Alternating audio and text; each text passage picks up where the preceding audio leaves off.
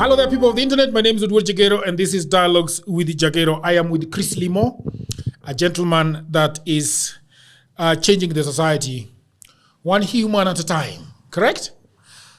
Well, we need to ask society. We need to ask the society itself whether it's happening. But yeah, that's what I'm up for. Yeah. Yeah, to create a life or a world of happiness, joy, and freedom with no one left out. With no one left out. Yeah. There is something that you told me the last time we met, and it was very simple, that you tell me where you are, and we figure out a route out of where you are. Ah, yes. As that's now, yeah, when you come into my therapy room. Yeah. Yes. For instance, I ask, what brings you here? Yeah. What brings you here? And it can be a range of many things. You know, somebody can come and say, I just want to find myself. Now, my lecturer would tell me that that's not a good enough place to start from. But this person came all this way, made an appointment, came this way to this room, and they want to find themselves. I'll start with that, with where they are at. Yeah. They want to find themselves. Yeah. Then we work with that. Yeah. And one of the analogies I use is, what would finding yourself look like? When you find yourself, what do you think you will get? Yeah. You know, like how if you're going to a new city for the first time, you may Google about the city, you may read about it, but you don't have the real experience of that city until you get there. So this person obviously has an idea of who they are or who they'd like to be. So I asked them, the analogy I say, imagine you're standing at the roundabout at Mombasa, at Nyayo Stadium, and you want to go to Mombasa. There are very many options. Just at that, you're standing, number one. So you could go to the left, there's just a bus stop for the current, if you're, matatus, you go to Wilson Airport, you can get a plane from there to go to Mombasa. You can, along Mombasa Road, you can call for an Uber or take another matatu, you go to SGR. Yes. And take an SGR to Mombasa. You can go to JKIA, you could walk. You could walk. But what is it that you want? What does Mombasa look like for you? So that's what we work. I don't have to have the big picture. In any case, rarely do I have it. In fact, I don't know whether I'd ever have it for anybody because that could make me a god. So today what we are going to be discussing is very simple. People of the internet, it's simply, where are you as a person? And what we are going to be discussing with Lyimo is that how they call you? Yes, it's pronounced Lyimo. Like Lyimo. Yeah, it's short form of limousine. Yeah. Kinda, but yeah. We are going to be talking about where are you at, and if you are struggling there, if you're feeling happy there. But let's say you are struggling in a situation. It might be what, Mr. Lyimo? It could be a heartbreak. Yes. It could be even two good decisions. Maybe you've gotten 2 job offers. Yes. And you can only take one. That can cause somebody to be stuck. You could be in a nation where you want a certain bill removed, and you don't have, because you're not a member of parliament. Yeah. Or you're not a member of parliament or whatever, so you don't know what to do, but this doesn't work for you. It could be anything. It doesn't have to be bad necessarily. Yes. Yeah. And let me say this, being stuck is normal. Yeah, being stuck is a normal part of life. Staying stuck, maybe not. Yes. How so? Able expound on those two things? Well, you see, like staying stuck, because there are times if you have, say, to make a decision between 2 options or a choice between 2 options, staying in the place of not making that decision, yet the decision must be made. Why? Time is moving. The rest of your life is dependent on you making a decision whether to go left or right. If you stay in the indecisiveness, it will create more problems. You could start getting anxiety. You could start, even the options could disappear. Yeah, because maybe if it's, let's say, like what I've gone through recently. I'm getting an office. Yes. And then I get 2 good places. Yeah. And, they're not waiting for me. The 2 places, I have a window. I'd have a window of making the decision. But beyond that window, If I don't make the decision, I could lose both. You could lose and then both. I'm back to the drawing board of looking for an office. Yes. So staying stuck is where now problems start happening. Yeah, that's where. So basically, that is what we are going to be discussing. What is your situation at the moment? Yes. And how do you begin to move out of that situation, or stay in that situation, or ask questions around that situation? And what kind of question are you supposed to ask? And the answers. Right? Yeah. So this is Chris Lyimo, correct? Yes. I have known you for some time. I used to see you in and out of All Saints Cathedral. Yes. Kitambo-san, I think you also came for poetry sport, I think. Oh yeah, I discovered spoken word. Yeah. So I just want to go back and zoom in a little bit into your life. Yes. Because there's a place you're coming from. Yes. You know, for lack of a better word, you were in some sort of darkness and then you saw the light, you know, and now you're helping people, you know, have that light by their side. What is your story? Oh, do we have time? Yes, we do. There are many things. There are many sides to the story, but one of them is that I'm a recovering alcoholic. Yeah.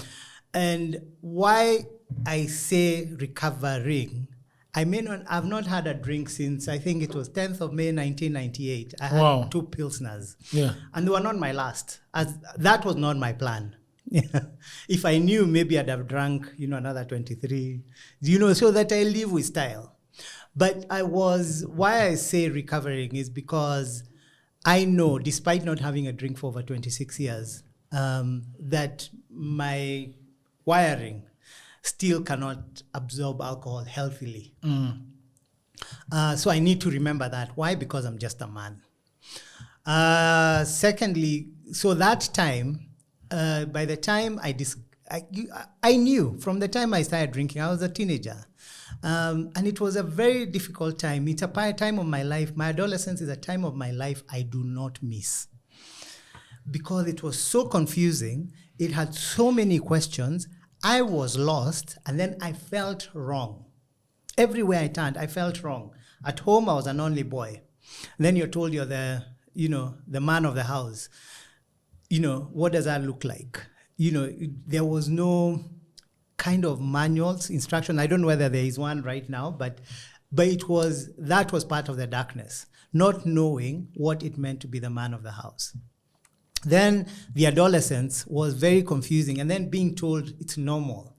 And it didn't feel like normal because I was in a boys' school. The boys, we didn't talk about our adolescence. Why? Because maybe we didn't even know what was going on with us. We'd be told that our acne, was normal. And remember, I'm an only guy in a household of women. So we are using lotion, So for me, this skin thing, breaking out was not a good plan. It was confusing. I didn't want it. Then school was also, I just never belonged. In fact, that's my story. The feeling everywhere I was, I just did not belong. If it's at home, I'm the only guy. And I'm not saying this is for everybody. This is my story. So then at school, people are talking about how they shared the weekend with their dads, or even if it was a Catholic school, people seemed solid.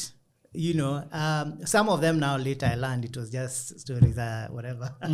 Because somebody would come and say how much sex they had over the holiday. Yeah. Now I've realized some of them were lying, but I believed them because I thought that is part of adolescence, that you're supposed to have a lot of sex over the holiday. And I did not know where to start if I was to be asked. Then school, things like doing homework. Friday night, I would not start my homework. And it's not because I was busy playing outside. I was not a popular guy. I was not that kind of, because I was an introvert, a shy guy. But part of the messaging. Tease here. Yeah. I was in the previous system. Yeah. And were the last of the previous system. Primary school was not very difficult for me. And now I realize I was kind of anonymous in primary school. I was neither brilliant nor the other. And, I do, top 5. So I didn't struggle through primary school. Yeah. But that's the same mindset I went with into high school. And obviously, it doesn't work like that. High school, you need to... I honestly, in primary school, I did not start. I can't remember, beyond doing homework, revising. Revision? No, I don't recall. I would revise maybe just, to belong. I'd go for tuition because everybody else was going for tuition. But for me, I didn't feel a need for it. And the exams? The exams? I'd pass. I did pretty well. I was hardly beyond, it was number 1 to 5, So there was no effort. So the assumption with that was that that's the way life is. High school was very different.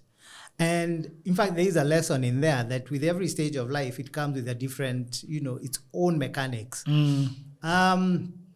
So high school, so I go to high school, I think it's the same thing. I don't do my homework. And then also the environment was such that I wasn't being held accountable. I'm not blaming. This is where, and I wanted a disclaimer about going back to my story. I've already dealt with all this stuff. Yes. But I wasn't being held to account. If I just told, say, my mother that I'm doing my homework, she took my word for it. Yeah. If I said, even if I entered the bathroom and said I've showered, they took my word for it. So I thought this is how you get through with life. Just say something and they believe you and it's okay. Kumbe, there's effort. There's stuff to do. There's stuff. So high school was, in fact, I think my first form I got a supplementary exam. I had to sit for a supplementary exam. Otherwise, I'd not have gotten promoted to second form. So for me, this thing of work and putting effort was not in my DNA. And it wasn't developed. And that's how when alcohol showed up in teen, you're still developing. Yeah. So it takes over that development process. So when I stopped drinking at 27, honestly, I had the mindset of a 14-year-old. Oh, really? Yes. I did not feel 27. I may have looked even older than 27. But in terms of thinking, consciousness, and that kind of thing was certainly not a 27-year-old. And that becomes also a problem in itself, because the world did not wait. The world doesn't even stop. So, high school failed. Failed kabisa. I think because that time the worst you could get was a 4th division. That's what I got. Yeah. And you're told your result will go with you all the rest of your life. That's who was telling you that? Well, even society, even to this day when you they tell you, even in Luo they say doyo duaridala, meaning if you get a D, you are going back home to weed the farms. Yes, and that's a till lie. The farms. That's a big lie. That's the lie. Yeah, that's a lie of a society. Because we are not our exam results. I'm sitting here. Yeah, I am a master's holder. Yes, and you're looking for a big office. I'm looking for a big office, and you've got a family. I am making a difference in people's lives. Yes, yes. So now you can imagine if I stuck. Yes, and I did get stuck because of that result for many years, because I said I am my O-level results. Yeah, and I did stay stuck, and there was nothing anybody could say or do that would make a difference. They tell me, oh, you have potential. Dangerous messaging. Because to me, potential is not real. It's not tangible. It's not here. Yeah. It's not right here. Because what can we make a difference here? In fact, one of the things, a joke I make, that time it wasn't a joke. When we were clearing for our Form 4, I went to collect my, to return all the past papers and stuff like that. So one mwalimu comes and says, Chris, you helped our school come number 2 in Kenya, because actually we were number 2 in our year. I suppose maybe after Alliance. Which school was it? Maybe I'll mention it later. So it came number 2. But he told me, then he said, but if you had passed, Yeah. if you had passed. And because we were so few, my mark was significant in changing the mean score of that school. Yeah. Now you can imagine, and then you're being told on the same breath that your results will follow you. Now, it's not just my result, but the burden that this is how I've carried a whole school with me, that they were number 2. By the way, nobody remembers now, even my classmates. If I was to ask them, my former classmates, whether they remember in 1987, what rank that school was, it's me who remembers. Now I don't remember it as a burden. It's just a memory. It's a memory of something that actually happened. When? In the past. It's not here with me because I don't work with it with me. So that was, and then now there's another thing of another place I got stuck. Now what? Because we were the last of the last system. There was Form 5 still, but now Form 5, when you've gotten that result, means, another kind of school system. Somehow I managed to get to a school. That time it was a provincial school. I think now it's a national school. But I went for all of Wednesday, Thursday, Friday, Saturday, I left. You left school? Yes. Why? Because it was very different. It was a boarding school, number one. I had never stayed out of home unless, you're sleeping out. This school had rules. A lot of them. It had rules. In fact, it had 6 pages of rules. And at the last line, I still remember, they said, these rules are not exhaustive. The rest we leave it to your common sense. And who Chris was to himself was somebody who lacked common sense. So clearly, if these rules were already there and then the rest they're leaving to my common sense, which I don't think I have, I will not survive. I just decided. And that's another choice people make when they're stuck. Yeah, they make a premature decision. They say, I can't stay the distance with this pain, or I do not, in fact, there's no possibility of resolving this pain. So I made the decision and I left.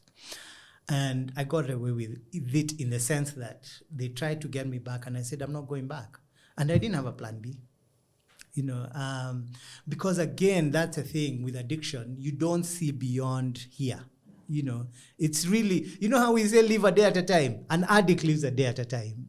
But it's because of narrowed vision. It's not now where we are being told live a day at a time from a place of prudence or a place of, that time it's just because they can't see beyond the moment.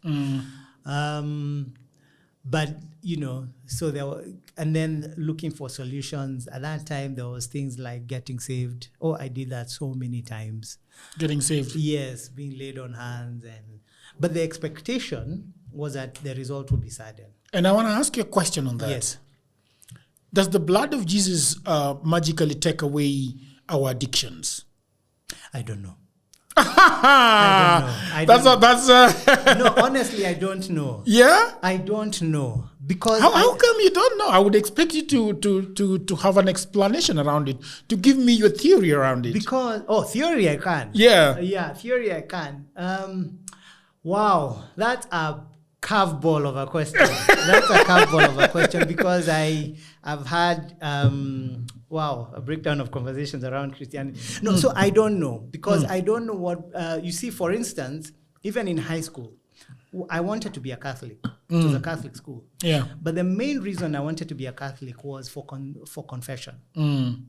I loved the idea of confession. And later, that's when I said, actually, this was it was a big need. And how I know confession was, like one time, because at times we'd go for mass, instead of sitting in class.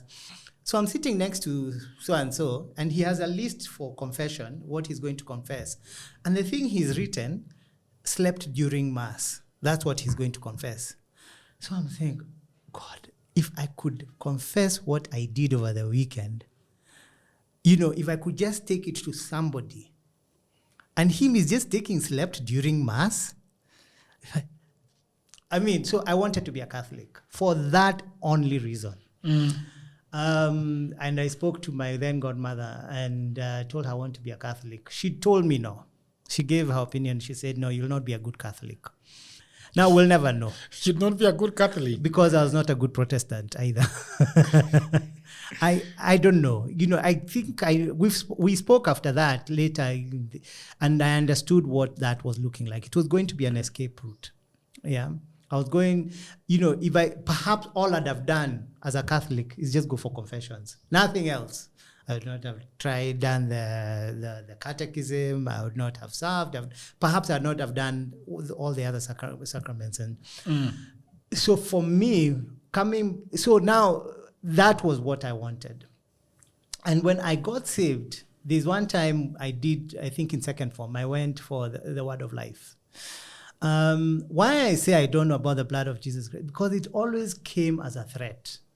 The idea of getting saved came always as a threat.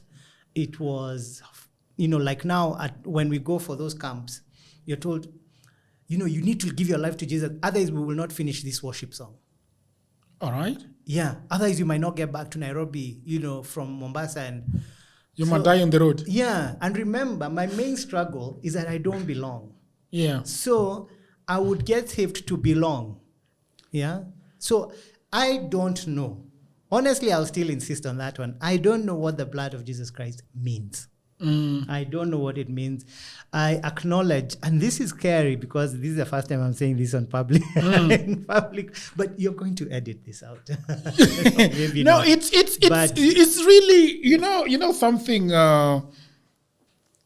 Lyimo. Yes, we have reached a place in life that we need to really be honest with ourselves. Yes. If we want to enjoy life on this earth, and we need to say our truths.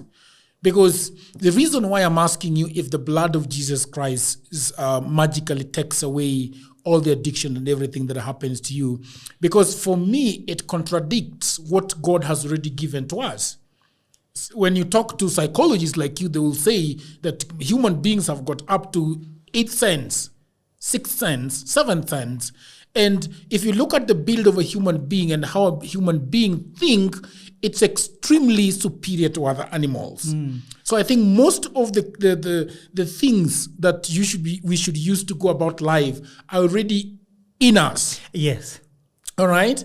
And so when you say that you do not know whether the blood of Jesus Christ can magically wipe away your sins and everything that is happening around you, then you are shifting the power that you already have, or some of the powers that you already have, to the blood of Jesus Christ. And yet God himself is telling you, but I already given you some powers to look at these things and make the right decisions. The other day I was having a conversation with a 20-year-old virgin on this desk where you're seated. And I asked her, why are you still a virgin? And she told me that I do not want to destroy my life with my hands. And that is one of the most powerful statements I've gotten from a young woman. She said, I will go and sleep with a boy and I will get pregnant. I do not have the capability of taking care of that child. She told me that at the moment, my frontal lobe is not yet developed, and it will develop when I hit 25. And so if I get a child right now, I am not even equipped emotionally to take care of that child. I am not equipped economically to take care of that child. If I get that child, it means it is my father, and that child is going to become the child of my mother and my father. Yes. You see, and if you look at that, Jesus Christ will tell you that that is correct. I have given you your mind to make good decisions. And so, if it is, you do not need the blood of Jesus Christ to be a virgin. Okay.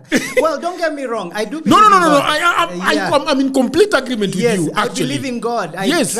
And that's me, because I've met so I am saying that because I wanted you not to what is the word when you not to say that there are things that you cannot say in public, because if you do not say them, then Mr. Lyimo, who will ever say them? Who will ever say them? Yeah, so because it depends, and again, it depends on who you ask. There's people I have met in my journey, in my walk, who got saved and stopped drinking. Yeah. Yeah, and they said they were magically Yes, the blood of Jesus. Yes, they were magically. And for me, because I'm a junkie for experience. Yeah.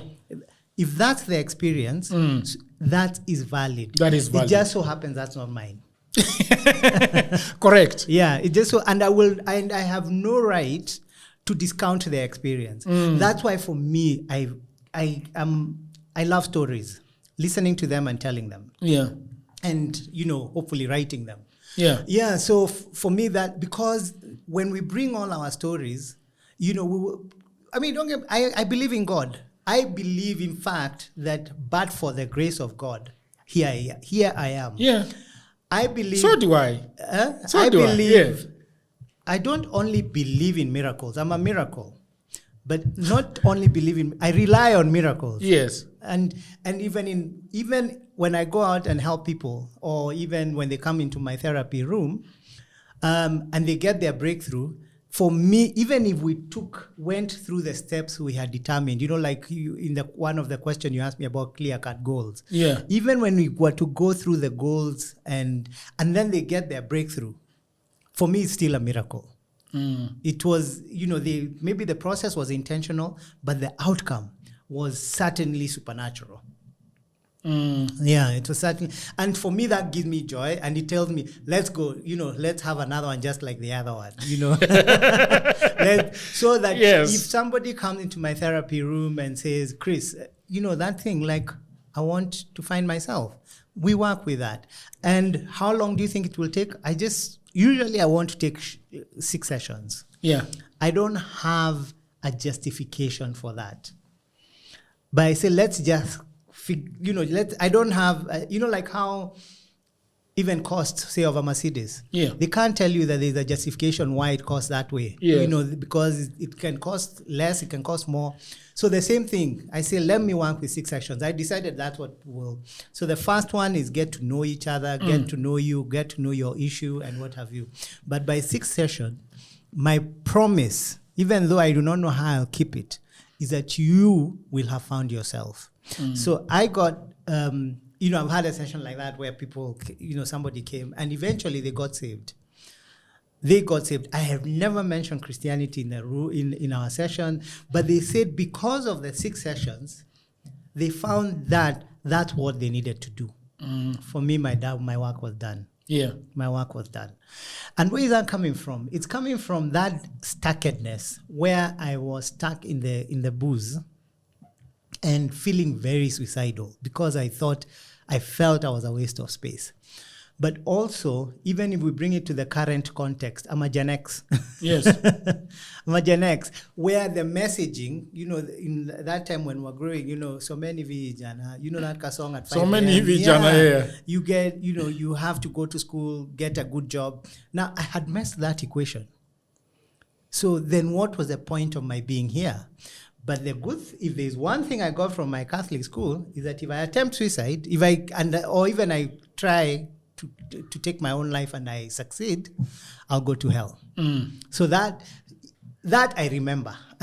Maybe I don't remember chemistry and bonds and covalent bonds, and I don't remember, physics, and yet I took sciences. And I'm not even a scientist at all, by any just of imagination.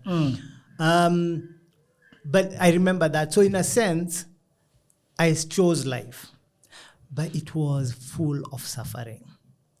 It was full of suffering because here I have questions. How do I get out of this stuckedness? And yet I have messed so many formulas that I've been told that, I was told that, if you do this is a mortal sin. If you do this, I was violent, you don't do some of these things. I don't know whether I'll put this in the public domain, but I've dealt with him. And I'm a free man. So that's why I can easily say this, even if I was, I dare say, run for public office and somebody says, look at some of the stuff you did. I said, yeah, I did. But when did I do them? In the past. They are not who I am now. And I don't get stuck there. But it's taken work. It's taken work to do that. And as a Gen Xer, we weren't given, I think in our generation, we weren't given that formula of doing inner work. It was that thing of just accept blood of just accept salvation and everything will be fine. Yeah. So when I'd get saved at 10 a.m., it baffled me that at 4 p.m. I was still drunk. I had gone back to a bar. Oh, yeah? And I was high, and I'm saying, so I decided, then it can't be Jesus, it's me. Yeah? So I will not go back to church the following Sunday, because those days I don't think there was Monday, Friday. You know how nowadays you can go to church any day of the week? Anytime, yeah. So I'd say I don't want to spoil their CV by going back high the following Sunday. Yeah. Now what I know about salvation, it's about, stuttering. It's not getting up and dusting yourself off and walk free. Even though that's a story in the Bible, pick up your stuff and walk. That pick up your stuff is a process. That walk is a process. It's not magic. It's not magic. It's a process. And that's what we need to appreciate. All that process means it takes time. It will take time. It will take time to pick up your mat, because you need to get your energy back. You need to get your body back. You need to get your strength back. Then when you pick the mat, you need even to know what to do with it. Because now you're walking. You might not need, what do I do with the mat? I need to know where I'm walking to. Yeah. So those are the things that they're internal and they're intangible. Yeah. But that's not the messaging we're getting. That's what has killed, I feel. And that's what I feel, Gen Zs maybe are not aware, for instance, in our current context, but they have a lot of those intangibles going for them. Yeah. But, they are maybe, and that's where maybe something, where we need to come in, maybe, I don't know, and tell them, yeah, you're doing the right thing here. Not even affirm them, because they don't need affirming. They don't need even validation. They're doing their thing. But, and assuming this is a conversation just of the older folk and they're not there. So, say, okay, so what do we do? What do they need? They need jobs, create jobs. They need whatever, just create those opportunities. But don't go out there and say, Nani kama mimi. Look at me, I created opportunities for you. Yeah. No, forget that. Yeah. Forget that. You create the opportunities. Yeah. I don't know if you were able to, you told me about your marriage that did not go on well. Okay. I see a lot of, I have talked with a lot of men, a lot of women about their relationship and how they got divorced. I have never spoken with a man. Oh. Never spoken with a man. And one of the things that for you, what is it, the alcohol that made the relationship extremely difficult to sustain? Partly, what was it? Partly, but it's more so the alcoholism. Yeah. Because there's a distinction. What is the distinction? Alcohol is a substance that it's just a substance. Yeah. It is in my book. It's neutral. Yeah. It's neutral. For some people, they can take their drink and leave it alone. Yeah. But for some people, when it mixes, now the chemical process or the reaction that happens when it meets me. Yeah. Now that's a different ballgame. So remember.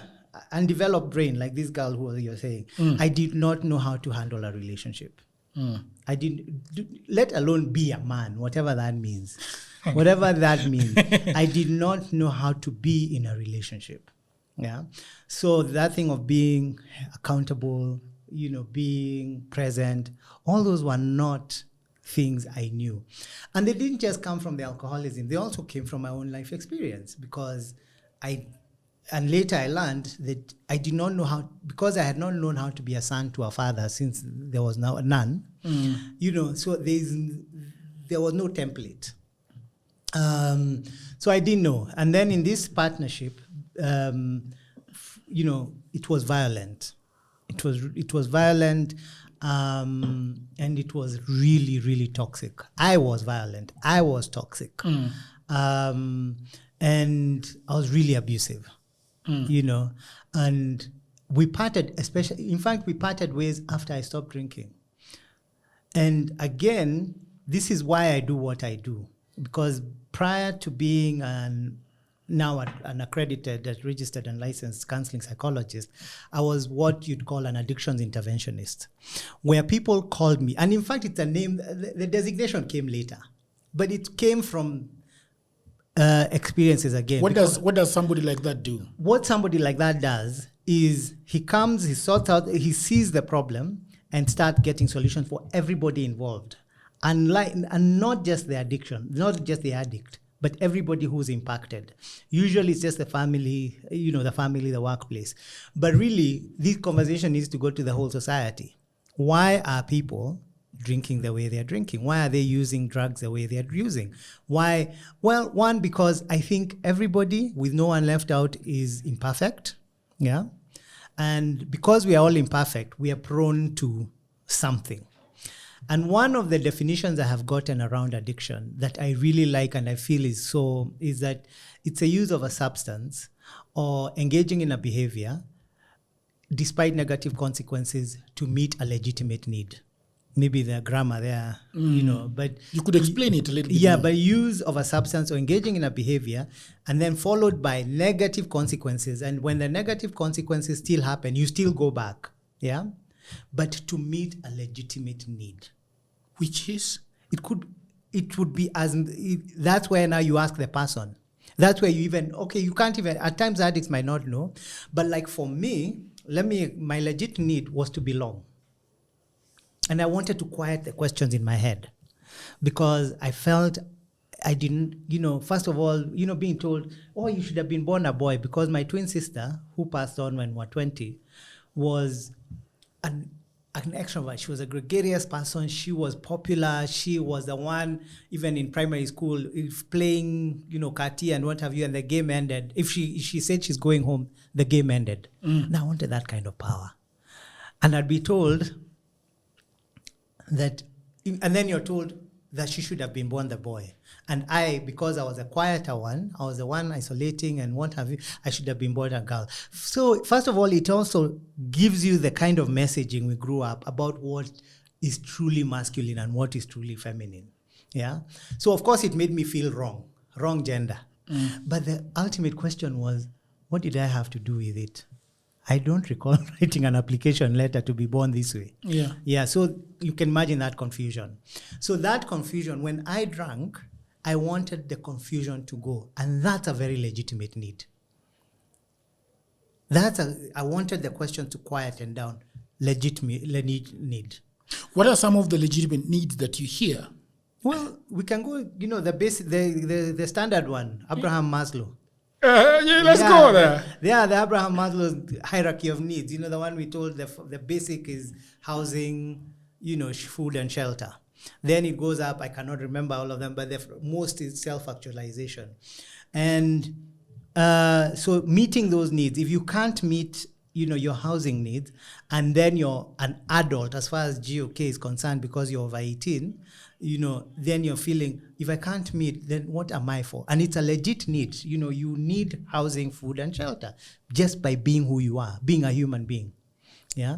But if you're not meeting it and you feel you should, yeah, and that's why even, people are asking, why you're telling me you want to tax me and I can't even afford to, life itself is taxing. Yes, it's very taxing. It's very taxing. So what do I do to meet my life needs and to meet my legit need as a citizen? Because taxes are normal. Yeah, taxes are normal. We're not denying that. But so you find somebody, because they're at an impasse, yeah, then when they use a substance or engage in a behavior, yeah, is to deal with that confusion. Yeah, to deal with that confusion. So I would have to find out from everybody who comes into that room what their legit need, because the needs are very different, are very particular to everybody. So, and you find that somebody might, legit need is, like what? I mean, maybe they're a millionaire actually, and they want to make a difference in society, but they don't know how to. So far, they're only giving handouts and what have you, and they're not feeling satisfied. They're not feeling satisfaction in, like a friend was telling me about how in Central, there's a huge alcohol problem. And I think it's a historical one. There's a historical issue around Central, and that is something that I have never heard anybody talk about, the exact reason why people at the Central. Well, some people are saying they are genetically predisposed to alcoholism, but I doubt. What do you think? I hope that you're enjoying this program. Over the last 15 years, I have been working online for clients in America, in Europe, and all over the world. And that is why it pains me a lot when I see a lot of African brothers and sisters saying that they do not have a job. Now, this is the problem. A lot of people are trying to look for a job in 2024 in their own town, in their local area. Now, the truth is, there are no jobs in Africa, at least not so many jobs. The good news is that we have internet these days. We have a tablet, we have a computer, we have a phone, and that means that we can do a lot of jobs, and those jobs are online. That is why over the last 4 years I've been writing a book that is called Digital Goldmine. It is a book that explains to you how you can earn money online. The 18 hustles that I've chosen are basically for Africans, because what happens when you are doing online jobs is that payment is usually a problem. So these 18 side hustles that I have put together in this book, you can be paid very well and very conveniently. Okay, so the book is only 1,000 Kenya shillings. That is about $10. You can buy it in Kenya using pay bill number. You can buy it online from anywhere in the world using a credit or a debit card. All the information about this book is in the description below. And if you have a brother, you have a wife, you have a husband, you have a friend who is sitting at home and watching Netflix, please do buy this book for them. If you are the one sitting at home and watching Netflix and have nothing to do, please buy this book and your life is gonna change forever. Because I have been doing this online and I've been traveling and I've been enjoying myself and having a lot of fun. So thank you very much, and now back to program. What's the theory about? Well, predisposition, I did even have the predisposition, but it doesn't mean you must be one. Yeah. But this is where society needs to take responsibility for people's alcoholism. This is where society needs to say, because of that predisposition, we need to sort ourselves out and say, like in this case where these jamas were just kongedyaing. I don't know even better. Yeah. They were just kongedyaing waiting for, because they were saying, in this particular part of Central, they have produced 40% of the Kenyan presidents. 2 out of 5. Yeah. So they felt mathematics can be funny. Yeah, they felt probability means that I also stand a chance, forgetting the circumstances under which that 40% happened. Yeah, that they were from the same homestead and that kind of thing. But there's that. And then we'll call it entitlement. These jamas are just entitled. They're just waiting to be fed. To be sorted. But what is it that they want from that entitlement? I believe they want a sense of relevance. They're seeing something, that is not working, and they do not see a possibility, because they're saying, okay, you take me to the Shamba system. That's what my parents are doing. Are you saying that's also my portion? Yeah. And you're telling, and me here, I'm a 4th form finisher. Maybe not dropout, but I'm a finisher. But my father is doing that Shamba thing. He was a standard 8 in the whatever, dropout. So you're telling me that's, so they have questions. So a legitimate need there is also to have those questions answered. Yeah. And to have them answered, it means start a national conversation, and don't determine for them. You might come, like now I was talking to somebody on my way here, that kazi mtaani, we've decided that the young people can only do certain jobs. Part of me, I feel some of these jobs are indignifying. Yeah, they're indignifying, but we've decided that's all they can do. That is not meeting their need. And then we'll tell them, and then we'll sommare them and tell them they are being choosy, they're being proud, they're being whatever. You go sweep those roads. How come those roads are already there? How come we, the adults, the people in the system who have even the tractors and everything, and then why aren't they cleaning those roads themselves? It already means we're not valuing ourselves as a society. So why are you telling me to do the valuing for you? So Cousin Tani, ask them what they want. Yeah. Ask them what they want. Because you might be putting him in a ditch, putting her in a ditch, but that's not where she wants to be. Not where she wants to be. And where she wants to be, if she answers that question, because that's also another pertinent question we don't ask. What do you want? And they might answer the question, and you find you can make it possible. I remember during our honeymoon, we went to the coast. So we are there snorkeling, and this guy, the captain, one of those guys who snorkel with us, and he says what he would desire is to get a driver's license. He needs to save up 7,000 bob to get a driver's license so that he can drive trucks, so that he can get out of poverty. And you're looking and you're saying, we are here on our honeymoon, our lunch maybe by itself. It's just about that much. And you just say, this is so sad. And the problem is that you give him that 7,000 bob, sort out the driving license, he will not get sorted. Yeah. He will not get sorted. Why? Because that's what he thinks he needs to get sorted. He'll come and find truck driving has its own, another world of something else. It might have its own, to even get that license, to get that driving, that interim driving license. Now I hear maybe it's legit, but there's a time even if you pass the exam, it wasn't automatic that you're getting your driving license. Yeah. So that even if he gets a truck, because that's not how needs are met anyway. Needs are internal. So what we need is an enabling environment for those needs to be met. So give him the access, yes, to the driving school, but even then, he needs a place to sleep. He needs regular meals. He needs, how can we guarantee that for people, even if they've not earned it? So there are many ways of determining what a legitimate need is. So let's talk about understanding the problem.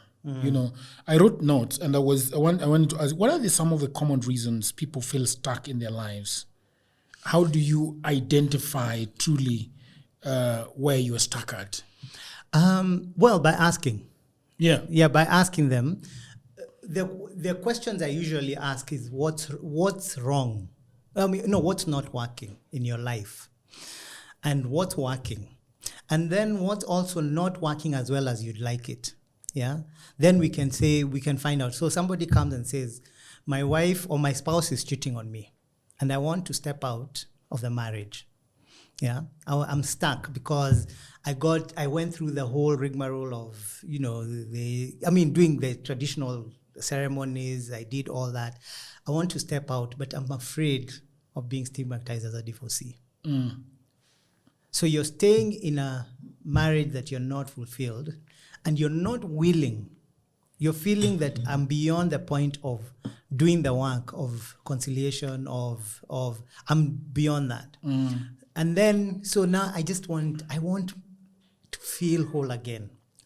That's some of the things that can get people stuck, because that's a societal norm, an expectation that if you're married and you went through it yourself, it wasn't an arranged marriage, because an arranged marriage can maybe have a different context. But you went through all these things. You introduced your friend to your parents, and the other way around, and you went through the processes. So you see, now getting out of this, surely, yeah. Yet I'm not happy. I'm not fulfilled, and we have children. We have all these other responsibilities. So what does getting unstuck mean? It could mean pursuing reconciliation, where now can invite the other person into the room. But maybe this person is saying, me, I don't even want this person to be with this person. So what do I do? And yet, so for me, I will remove myself from, say, what God has put together, let no man, no, I'll suspend that for that moment because I'm there for this guy or this lady. So you find in 6 sessions, they have found a way. That would be they have found a way. Others would be stuck, especially like in addiction, because it's family. You ask me, how did I get there? So as an interventionist, families are the ones who will call in, usually an employer. But they're stuck because they have this person who's always either getting arrested, who's getting injured. They're the ones who are meeting the bills. They're getting frustrated. So their stuckedness is, what do we do with this person who is ours? Yeah. What do we do? And it's really just eating at us. It's derailing our family setup. So what I do, I get them to talk and I get them to share their concern. What's your concern? What's your concern? What's your concern? What's your concern? One time I did that. And in fact, what we discovered, or they discovered for themselves, where they were stuck was not even the issue they brought into the room, because the issue they brought into the room was about their family member. Yeah. So where they found that they were stuck later, because I followed up, we talked for about 4 hours. They talked, the person himself was not there. We talked about 4 hours. 2 weeks later, I called these people and I said, I've not heard from you. I mean, do you want this person to go to rehab? Have you guys decided? They said, you know what, Chris? We have never spoken as a family the way we did on that day. From that day, we are family again. We have our own life. We have our own freedom. We may be still concerned about his well-being, but we've never been that family. So that was a legitimate need, family unity, that I would not have identified if I didn't hear it from them. If they didn't hear their story. So for me, stories and experiences. And what are some of the things? There are people who have negative thoughts. How many people are in the world? 8 billion? Yeah. Okay, 8 billion people have negative thoughts. Yeah. And I think it's what makes people sometimes get stuck. How do you now begin to, get them to understand either how to get out of the negative thoughts? Because, for example, the other day, I was speaking to a lady friend of mine, and I was telling her that we talked a lot about my health and basically how I felt over the years. My life has been a lot of ups and downs, where my family had issues with addiction, and alcohol was the number one at the top of the list. And then coming to Nairobi and starting a life as an orphan in Nairobi was very scarring for me. So when I was talking to her, she told me that one of the things that always come across when you're talking to me, that you still feel you're still stuck as an orphan. And even though you've gotten married and you've got a child and you've got a working wife, you do not seem to realize that those are the people that can clothe you. Those are now taking the place of your mother, of your father. You see. So sometimes I wonder if when you're talking about these negative thoughts, do you get deeper that way? Absolutely. Yeah. Absolutely. We get deeper that way because what we look for is the impact of the negative thoughts. Because like I said, in fact, in my town, it sounded like jokingly that 8 billion people have negative thoughts. We all do. That is a normal part of human experience. So we do get deeper. We need to do, what we call family of origin work. Yeah. And that has been part of my recovery. For instance, doing family of origin work. What is it that I need to forgive? What is it that Perhaps you could explain what family of origin work means. Family of origin work is, you didn't get you here. Yeah. You came as a result of 2 human beings who have various histories. Yeah. Another 2 human beings for each of them, and like that. You can imagine way back when. And I think even biblically it talks about, you'll hear about generational curses and generational blessings. So there is that kind of work we go into that. But we'll also talk about what is the impact of you being an orphan, to you right now? What kind of thoughts do you have right now? And then we process, and by processing that, when you're sharing that, because you're going, I'll give, as a counseling psychologist, what I do, I give a lot of homework. It could be you going to write, you going to talk to other people, and you going to think, about what does this really mean for me, the fact that my parents died and I felt I had to fend for myself before my time. And then then you come back and tell me, because it's you who's doing the work. You come back the next session, you tell me, this is what I saw, this is what I felt. Then, that I felt that it was unfair, that they should have given me some notice before they went. They should have not gone even in the first place. And I'm creating this, just creating. Yeah, creating scenarios, yes. I am.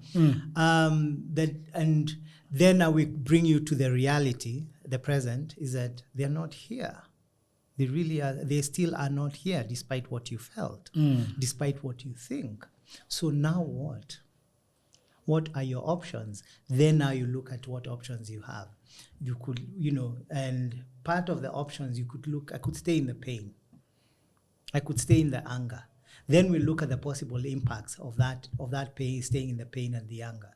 We could also talk about, I could let them go.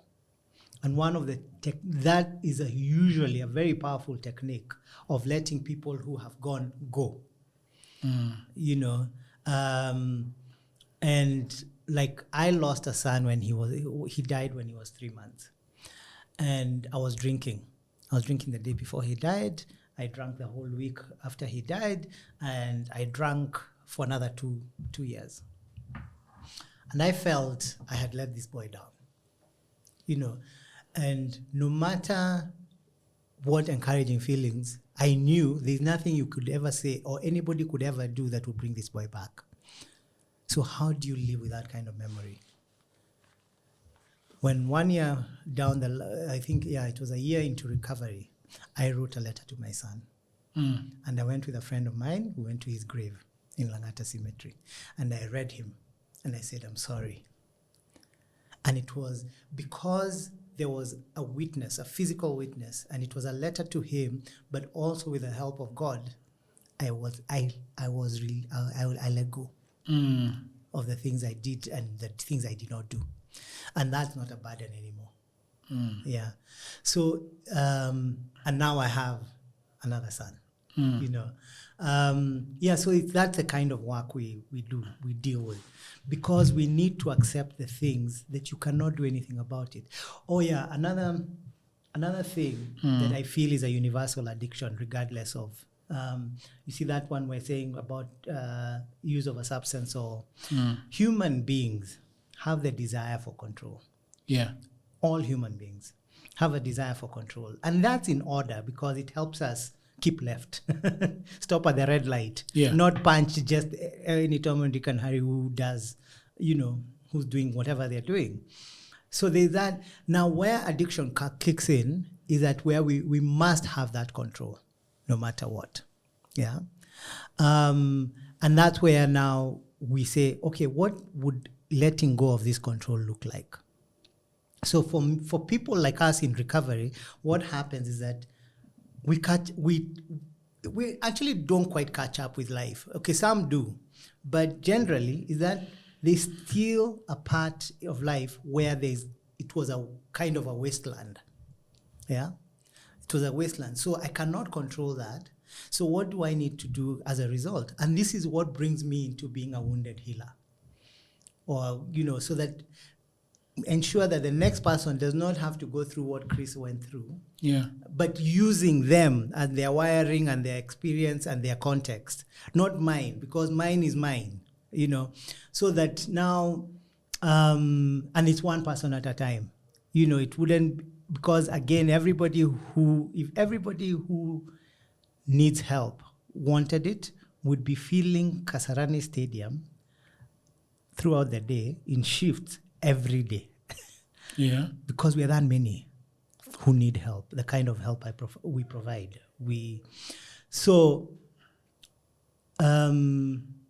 So it's, to answer the question, it would be that what is the impact of that negative thought to your behavior? Yeah. How do you show up in your relationship? How do you show up in your relationship to your wife?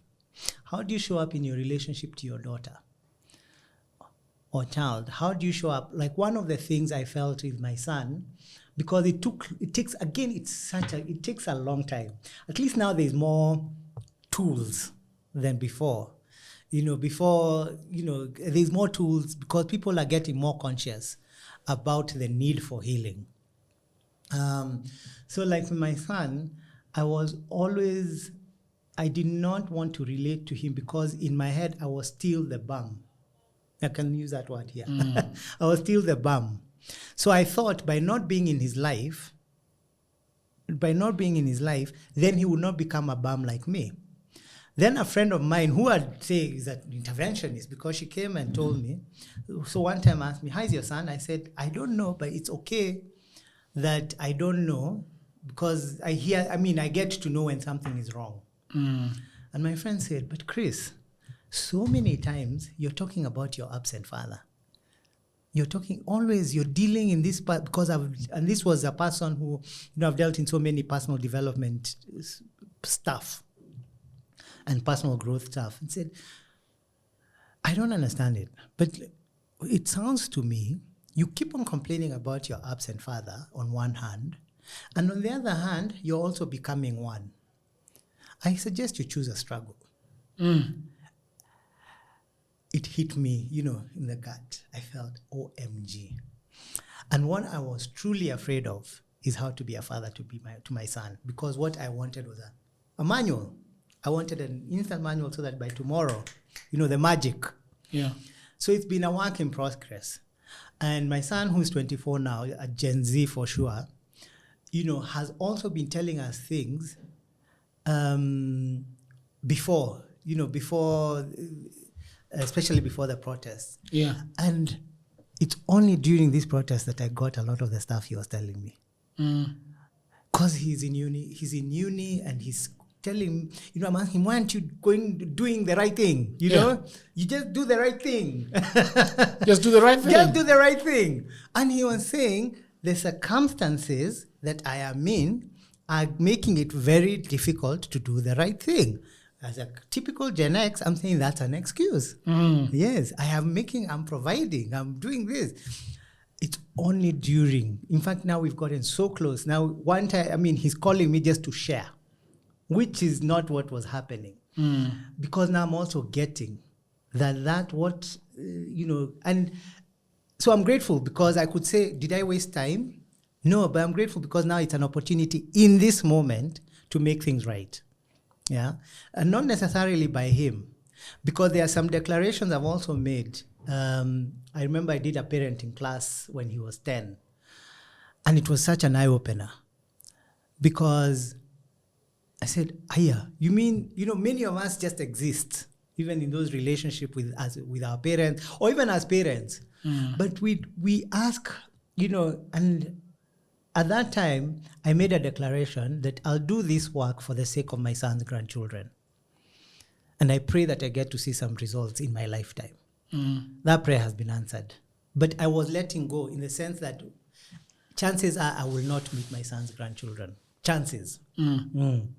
But even if it does, so doing this work for your son's grandchildren, there's a famous saying about planting a tree under whose shade you'll not sit in. Yeah. So that's the same thing. So that when I have seen some results, you say, yeah, hallelujah, but I still have to make that, continue with that commitment. But now it's not just my son's grandchildren. It's your son, your daughter's grandchildren. It's, other people's grandchildren. So doing the work. So there's more that I need to do, for sure. As I still work on myself, because there's stuff we still deal with. I live with depression. What does that mean? Depression is a mental disorder. The current context is that it doesn't have a cure. It's managing. It's managing it. So for me, I do have been diagnosed with major depressive disorder. I may not feel depressed. I may not look depressed right now. Because I have studied a lot about it. I've taken responsibility for it. I'm on I take my morning pill. I take my pill every day.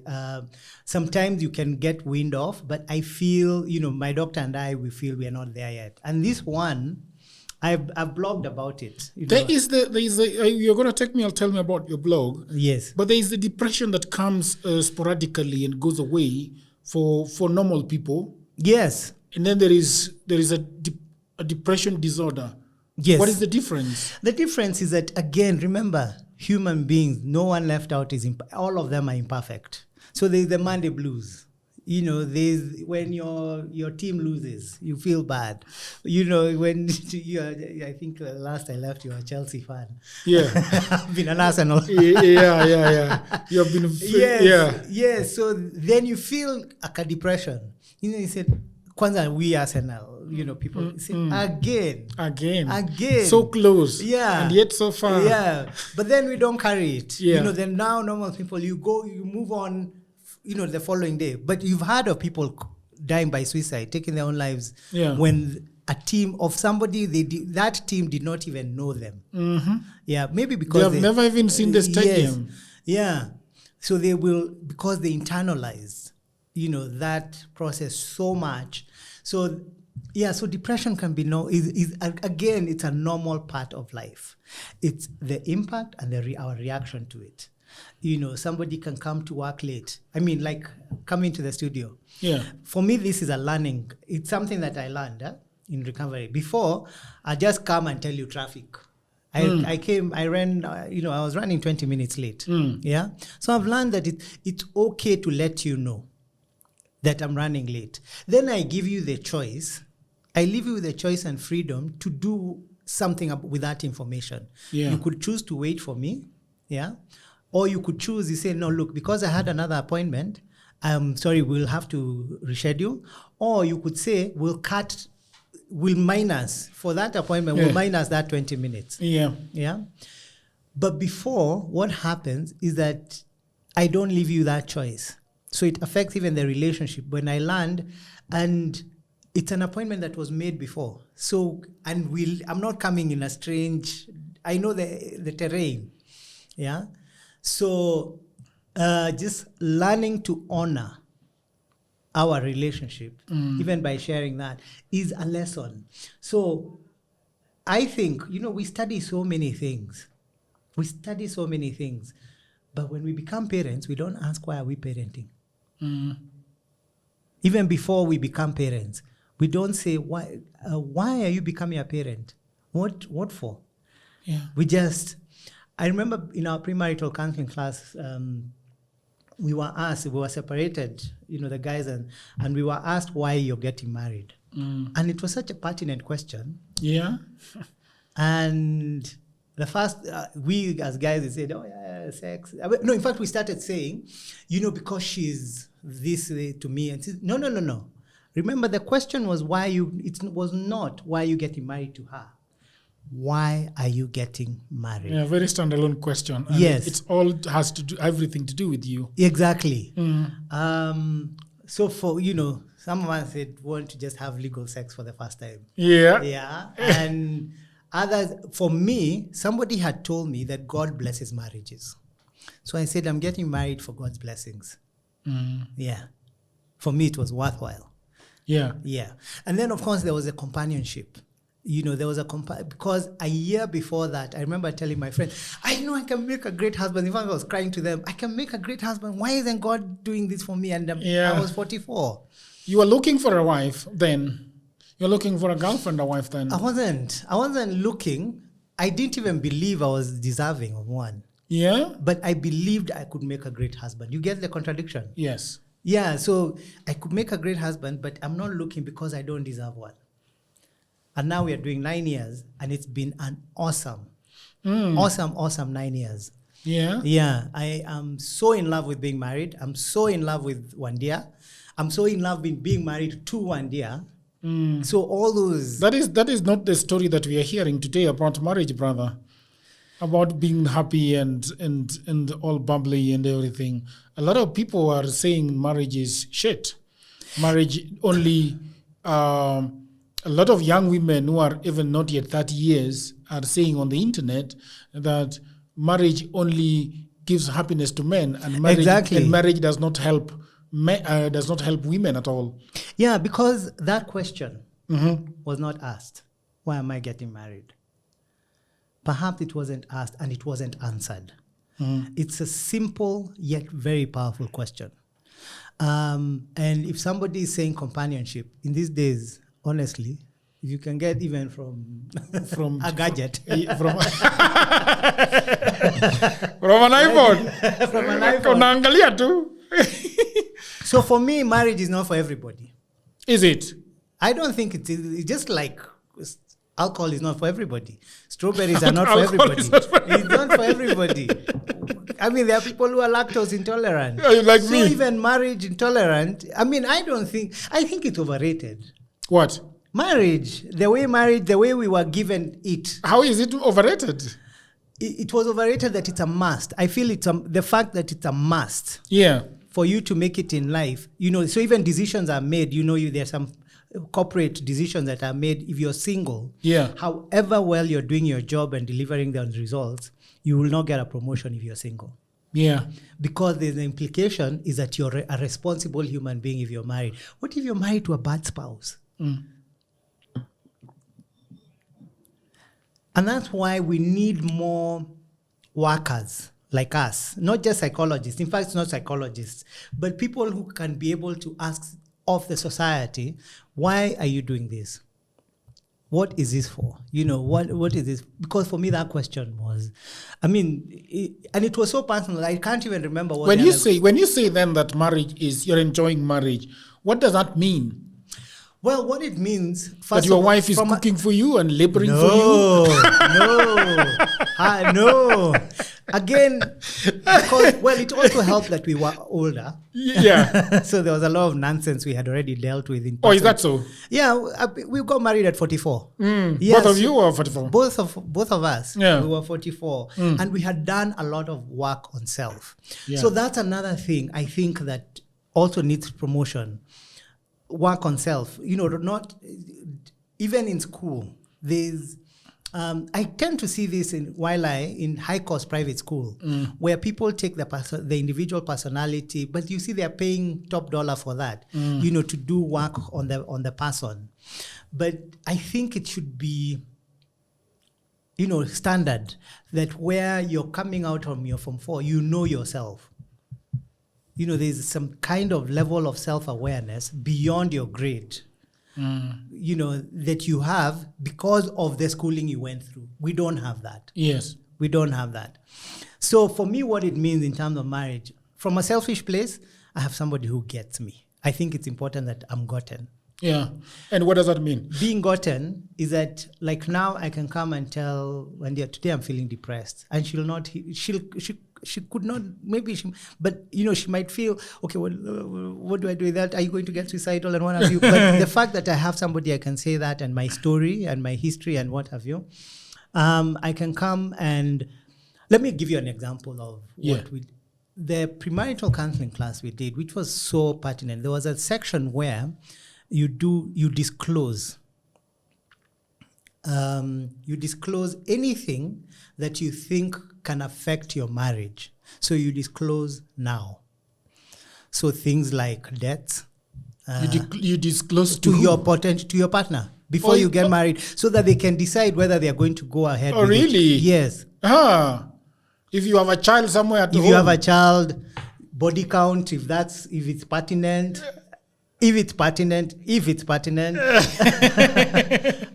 debts, anything. And then also declare the non-negotiables you're bringing to the marriage, that you're bringing to the marriage. Like for me, I said my recovery is non-negotiable. And I said my relationship to God is non-negotiable. Yeah. Even with myself, but even more so with anybody else. Yeah. And that, honestly, those disclosures have never come into a context of our marriage. The things we shared, I'll leave them undisclosed now. That is perfectly fine. There are several people who might not have access to somebody like you. Yes. They're alone. they're just trying to survive. They want to get out. The practical steps. How do you start trying to, without Lyimo telling anything? First of all, recognize the problem, the things that you're dealing with. Write them down. What if they're a school dropout? But just write what you're dealing with and be honest and straight. I also invite them to suspend the morality of it. For instance, if they've been robbing people, just say, I've been a thief. Just say that, and it's keeping me stuck because the reputation I have is people cannot trust me. Put that down. Yeah, put that down. And then once there's something magical or even miraculous that happens when you confront the problem you're dealing with by writing it down. In fact, the impact kind of stops. Okay. Yeah, so put it down. Secondly, just acknowledge whether you or not you want to stop. Acknowledge whether you want you want out of this way of life or these choices I'm making. Do I want out? Because you could, you could be a millionaire because of thieving. But do you want to stop? Yes. Then yes, ask for help. What I would say about asking for help, usually, even at any faith-based, because that's our context in Kenya, for instance, they're there. Catholic priests. I like Catholic priests because they're very highly educated. Highly educated. Yeah, they go for 14 years. For me, I mean, that's my bias. Yeah, it's my bias, but they can go anywhere. I don't know, and then because it's my bias, I do not know about other. But it doesn't have to be your place at your own faith, because you can go to a mosque, maybe to a mosque, and just say, Sheikh, this is something I'd like to say. I'd like to talk about. I'm stuck on this, and can you help me? So ask for help. Ask for help, and then follow the help, because help usually comes with a guidance. Maybe somebody might say, come and see me on Monday, but don't have, without having stolen, or bring, if it's a thief, for instance, just bring something that you've stolen. Yeah, bring something that you've stolen. Then it could be, if they come with a sheep or a goat that they stole from, then I will say, are you willing to return this and to own up? Are you willing to, then they might say no, because I might go to jail. Okay, but are you willing to leave it here? Then we can return it to the owner on your behalf. Then because you'll be minus one sheep, but we are also saying do not steal another.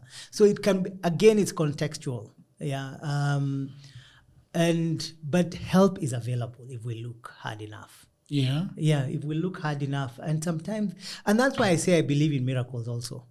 Yeah, and a miracle, a simple definition of a miracle is things that you cannot explain, things that happen in reality, and they make you think about life, that you just say, I'm sick and tired. And that's what happened. When I stopped drinking, when I had those 2 beers, within 5 days, I got help and support. I went to a doctor's office. A friend of mine kept on looking for certain help. Church was out. Psychiatrists were out, because they gave me, at that time, I'd get medication that of course, they'll tell you don't use alcohol with this medication. But when I'd use that medication, I'd stay high for 4 days. Now, that's a doctor to go back to if you're an addict, because you stay high for 4 days without coming down again. Why? Because I'm mixing this booze with psychotropic drugs and what have you. So, for an addict, that was heaven. It was really bliss. Yes, because now I'm away from reality. Remember, that was my need. I could not deal with my reality. So for me, oblivion. And I did not believe there was a solution. There was a way out, because part of me knew I did not have anything to do with this situation I was born in. Yet I'm feeling I'm being made responsible for all of it. I don't know how to take responsibility.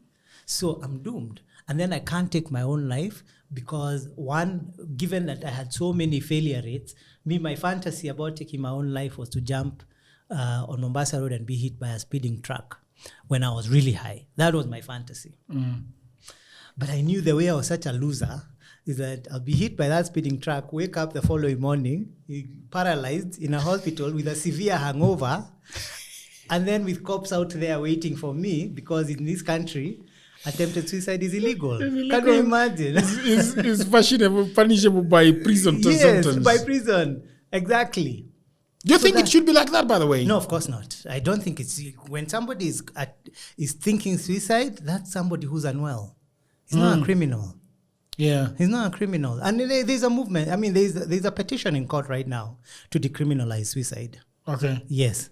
Do you know any other countries that have decriminalized it? Many? The US? I think so. I don't know the history, but yes, I mean, it's not a precedence. What we are setting, what we are moving here is not a precedence, because in the Western world they consider. I mean, if euthanasia, where you can legally take your own life, is legal, then clearly suicide is not a crime. It's not a crime. Yeah.